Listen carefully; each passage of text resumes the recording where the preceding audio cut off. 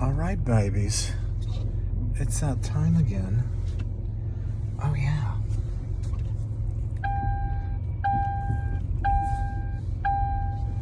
Yeah.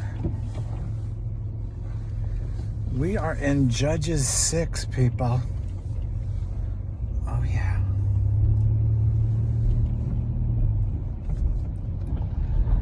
And in Judges 6, we have Gideon laying out a fleece to God to get confirmation that he wants him to defeat an entire occupying army. Oh yeah, baby.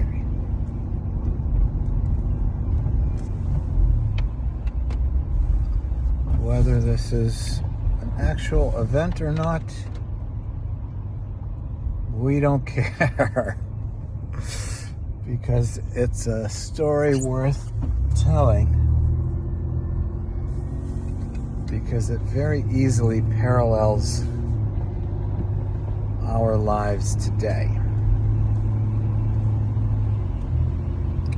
Oh yeah, baby.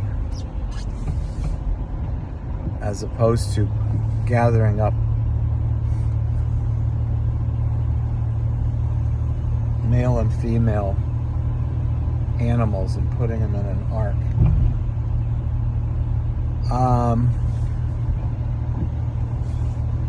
All right, baby. So,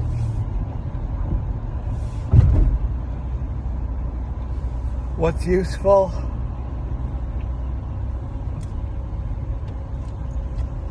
What's useful is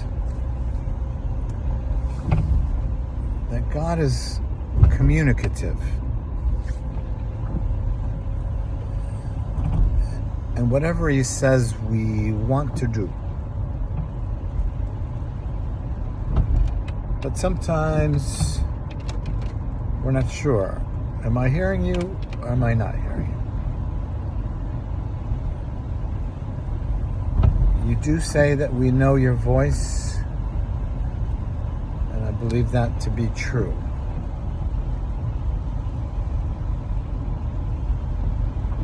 But sometimes our own thoughts get in there and it just turns what should be a clear act of obedience following hearing your clear voice. And we're just looking for some kind of confirmation. And that's what Gideon did. By putting out a fleece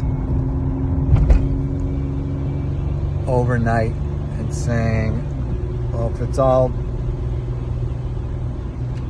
full of dew and everything else is dry around it, they'll know it's you. And then he does it one more day in the opposite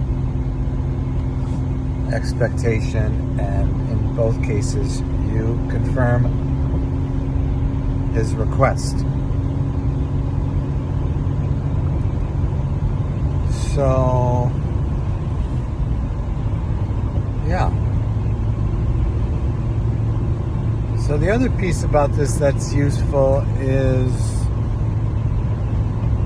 the idea of being empowered against a formidable force. First thing that comes to mind is one man, you, Lord, being used to eliminate death and eliminate the power of sin. And create complete access to God and all his attributes and power. And in our own life, our faith can feel that way. That's it. It feels like it's us against the world. And quite honestly, it kind of is. It kind of is. Because what we're believing is something that is unique and is contrary to the system of the world.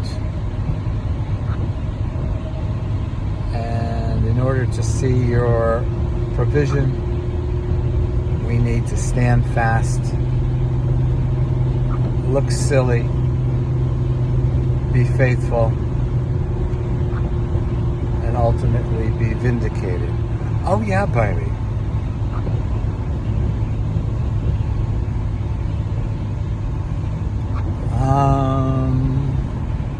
Outside of that, I think that's pretty much what's useful in Judges 6.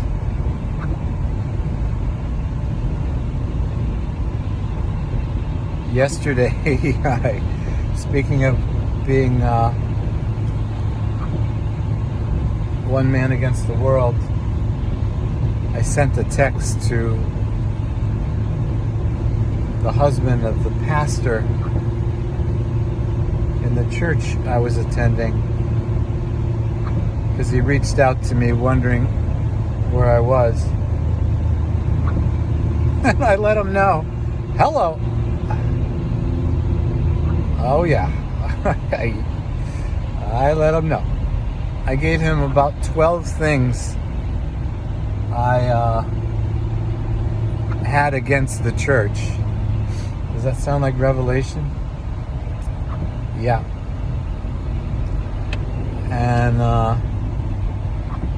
he said, I hope you find the church you're looking for. But what was interesting is he also said, I agree with what you're saying about the church.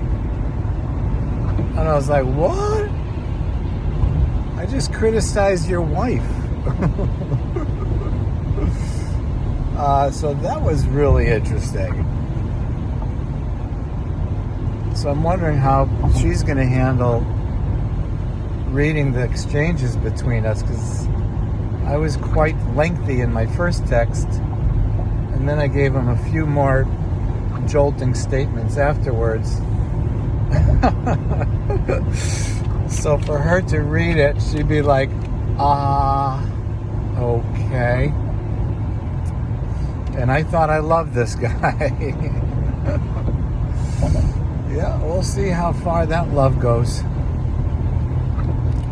And these are dear people, so I wouldn't be surprised if their love doesn't change, because they are familiar with the moving of the Spirit and the will of God. They just got a little too much religion in their way, that's all. And I'm not one of those who will allow religion to get in the way of my joy or my efforts to bring joy to the heart of God. Yeah, baby. And then also, again, I was very blessed to receive from the hand of God via his messenger, Katie, who has a channel called